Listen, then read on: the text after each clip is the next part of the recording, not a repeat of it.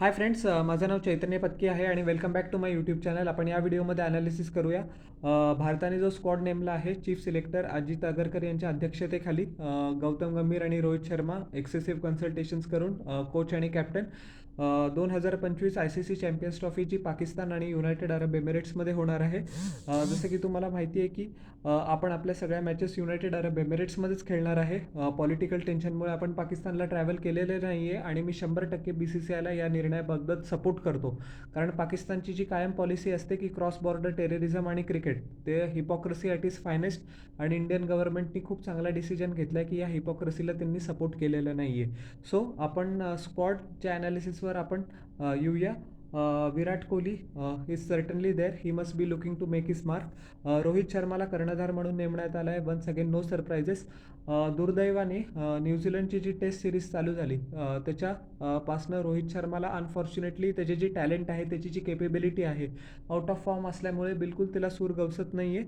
But सिलेक्टर्सने एक चांगला निर्णय घेतला आहे. रोहित शर्मा असा प्लेअर आहे की 15-20 मिनटं जरी तो क्रीजवर थांबला आणि त्यांनी बॉल मिडल केला, तो पूर्ण मॅचचं आणि पूर्ण टॉर्नामेंटचं चित्र एकाच झटक्यामध्ये भारताच्या पडद्याकडनं बदलू शकतो. So no doubt, never doubt the ability of Rohit Sharma. Shubman Gill has been appointed as the vice captain. Shubman गिलसाठी पण शेवटचे काही महिने खूप डिफिकल्ट आहे. अनफॉर्च्युनेटली त्याला जास्त रन स्कोर करता आले नाही. He must be looking to bounce back. Shreyas अय्यरला पण नेमण्यात आला आहे स्क्वॉडमध्ये. जसं की तुम्हाला माहिती आहे की 1 वर्षापूर्वी श्रेयस अय्यर आणि ईशान किशन चा BCCI सोबत खूप मोठं भांडण झालं होतं. कारण BCCIला असं वाटत होतं की ते त्यांच्या IPL फ्रँचायझीसला प्रायोरिटी देत आहे आणि डोमेस्टिक क्रिकेटला अवेलेबल असून पण ते प्रायोरिटी देत नाही आहे. म्हणून दोघांना सेंट्रल कॉन्ट्रॅक्टपासून मुकावं लागलं आहे. श्रेयस अय्यरकडे माइंड यू आत्ता पण सेंट्रल कॉन्ट्रॅक्ट नाही आहे, बट त्याची रिडेम्पशन स्टोरी खूपच इन्स्पायरिंग आहे. त्यांनी विजय हजारे ट्रॉफी मुंबईला जिंकवली, त्यांनी सय्यद मुश्ताक अली ट्रॉफी मुंबईला जिंकवली, रणजी ट्रॉफीमध्ये 100 केले. त्यांनी स्वतःला प्रूव्ह केलं, त्यांनी स्वतःचं मेटल प्रूव्ह केलं.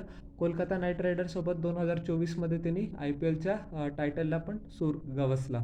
So fantastic redemption story for him, आणि त्यांनी भाग पाडलं सिलेक्टर्सला आपल्याला परत टीम इंडियाच्या स्कीम ऑफ थिंग्समध्ये आणायला. यशस्वी जयस्वालला पहिल्यांदा चान्स मिळतो आहे to prove his credentials in the ODI. त्यांनी एक पण आंतरराष्ट्रीय एकदिवसीय सामना आत्तापर्यंत खेळलेला नाही आहे. जसं की तुम्हाला माहिती आहे की 2024मध्ये त्यांनी कसोटी क्रिकेटमध्ये 4 चांद लावून दिले. T20 इंटरनॅशनलमध्ये पण त्याचा खूप फिनॉमिनल परफॉर्मन्स आहे. पण हे पहिल्यांदा असेल की यशस्वी जयस्वाल ODI क्रिकेट खेळेल, आणि माझ्या मते हा चांगला निर्णय घेतला आहे BCCIनी. आता पुष्कळ जण म्हणतील की संजू सॅमसनला का नाही घेतलं. ॲक्च्युली संजू सॅमसनची जी कॉन्ट्रोवर्सी चालू आहे की त्याने विजय हजारे ट्रॉफीला तो खेळला नव्हता. केरळा क्रिकेट असोसिएशनसोबत त्याचे काही वाद चालू आहे, त्याच्या वडिलांनी काही स्टेटमेंट्स दिले. बट मी तुम्हाला सांगतो Sanju Samson most of the time का मिस आउट करतो, आणि हे तुम्हाला कोणतं पण क्रिकेट ॲनालिस्ट किंवा यूट्यूबर सांगणार नाही. मी तुम्हाला एक स्ट्रेट सिम्पल रिझन सांगतो. जे संजू सॅमसनचे फॅन्स असतील त्यांना थोडंसं वाईट वाटेल, बट सांगतो की संजू सॅमसनचा यामध्ये काडी मात्र दोष नाही.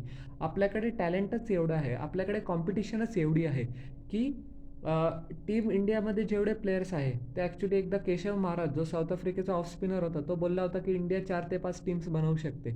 एवढं टॅलेंट आपल्याकडे आहे. मी तुम्हाला बॉन्ड पेपरवर लिहून देतो की संजू सॅमसन समजा जर कोणत्या दुसऱ्या देशाकडनं खेळत असता, फॉर एक्झाम्पल पाकिस्तान म्हणा, ऑस्ट्रेलिया म्हणा, इंग्लंड म्हणा, साऊथ आफ्रिका म्हणा, वेस्ट इंडिज म्हणा, श्रीलंका म्हणा, न्यूझीलंड म्हणा, तो त्यांचा ॲटलिस्ट व्हाईस कॅप्टन असता. तो रेग्युलरली प्रत्येक मॅचेस खेळत असता. बट आपल्याकडे कॉम्पिटिशनच इतके आणि स्पेशलिस्टच इतके.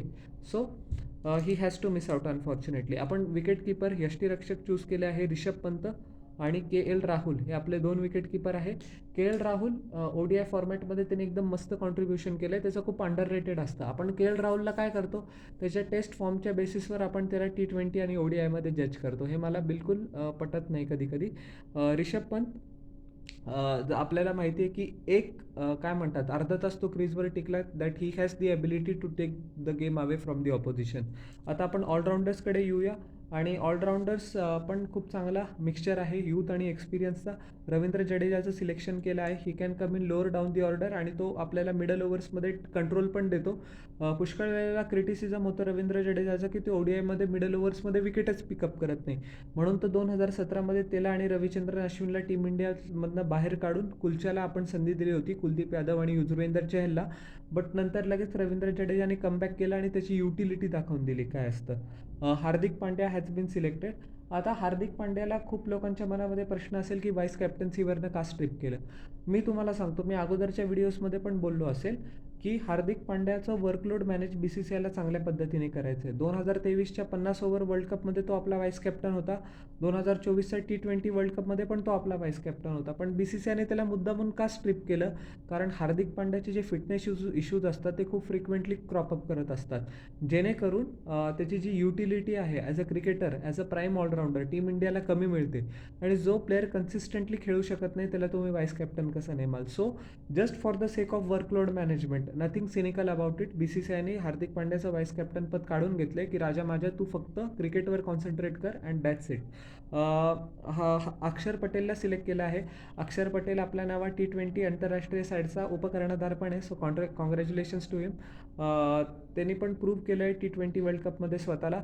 लोअर डाऊन द ऑर्डर फायनलमध्ये तो काय इनिंग्स खेळला होता. वॉशिंग्टन सुंदर, BCCI आता फ्युचरकडे काय म्हणतात त्याला, फ्युचर कीप इन माइंड करून तयारी करते. आता रविचंद्रन अश्विन रिटायर झाला आहे. वॉशिंग्टन सुंदर एक गन फिल्डर आहे, त्याची बॅटिंग पण उत्कृष्ट आहेच आणि बॉलिंगचा त्याचा कंट्रोल ऑसम आहे. So a good choice. Kuldeep Yadav, the chinaman who impressed one and all in the world cup, त्याचं पण सिलेक्शन झालेलं आहे. आय थिंक वेल डिझर्व्ड. 3 आपले फास्ट बॉलर आहेत, तुरुपचे एक्के, अर्शदीप सिंग. लेफ्ट आर्मर आहे, he can swing the ball both ways. मस्त. काय म्हणतात त्याचं सीम पण एकदम अपराईट असतो आणि एक्सेप्शनल 2 वर्ष झाले त्याचे इंटरनॅशनल क्रिकेटमध्ये. I hope he continues to progress. Jasprit Bumrah subject to fitness आहे. आता जसप्रीत बुमराहबद्दल लेटेस्ट अपडेट मी तुम्हाला सांगतो की जो 5वा आंतरराष्ट्रीय T20 सामना भारत विरुद्ध इंग्लंड होणार आहे त्याच्यामध्ये BCCI जसप्रीत बुमराहला खेळवेल असं माझे सोर्सेस मला सांगतात. वेळेवर काही डिसिजन होऊ शकतो, मी गॅरंटी देऊ नाही शकत ऑब्व्हियसली. त्याची मग फिटनेस ते असेस करतील आणि त्याच्या टुर्नामेंटच्या पार्टिसिपेशनवर नंतर कॉल घेतील. So hopefully Jasprit Bumrah stays fit, कारण एक Bumrah can be the difference between win and lose. आणि स्वीट सरप्राईज तर नाही म्हणता येणार, वेल डिझर्व्ड कमबॅक आहे मोहम्मद शामीचा, जो 14 का 15 महिन्यानंतर एक आंतरराष्ट्रीय गेम खेळणार आहे इंडियासाठी अक्रॉस फॉर्मॅट्स. 2023 वर्ल्ड कप नंतर त्याला इंजरीशी झुजावं लागलं. पूर्ण 2024 त्याला क्रिकेट खेळता आलं नाही. अनफॉर्च्युनेटली IPL मिस केलं, बॉर्डर गावस्कर ट्रॉफी मिस केली, बांगलादेशची सिरीज मिस केली, न्यूझीलंडची सिरीज मिस केली, श्रीलंकेची सिरीज मिस केली. सो या, it was not a fair enough, काय म्हणतात त्याला, त्याला चान्स नाही मिळाला इंजरीमुळे. बट BCCIला मी एक वावा देईल की 2023च्या वर्ल्ड कपमधला हायेस्ट विकेट टेकर, त्याला आपण प्रायोरिटी दिलेली आहे to come back to prove his mettle once again. आणि yeah, hopefully Shami shines like the brightest.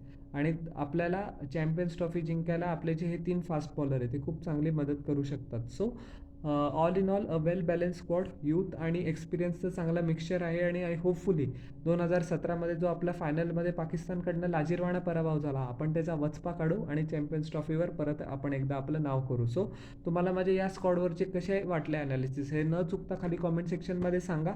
आणि माझ्या यूट्यूब चॅनलला लाईक, शेअर आणि सबस्क्राईब करा आणि बेल आयकॉन प्रेस करा पुढच्या नोटिफिकेशनसाठी. आपण भेटूया नेक्स्ट व्हिडिओमध्ये. Till then everyone, bye.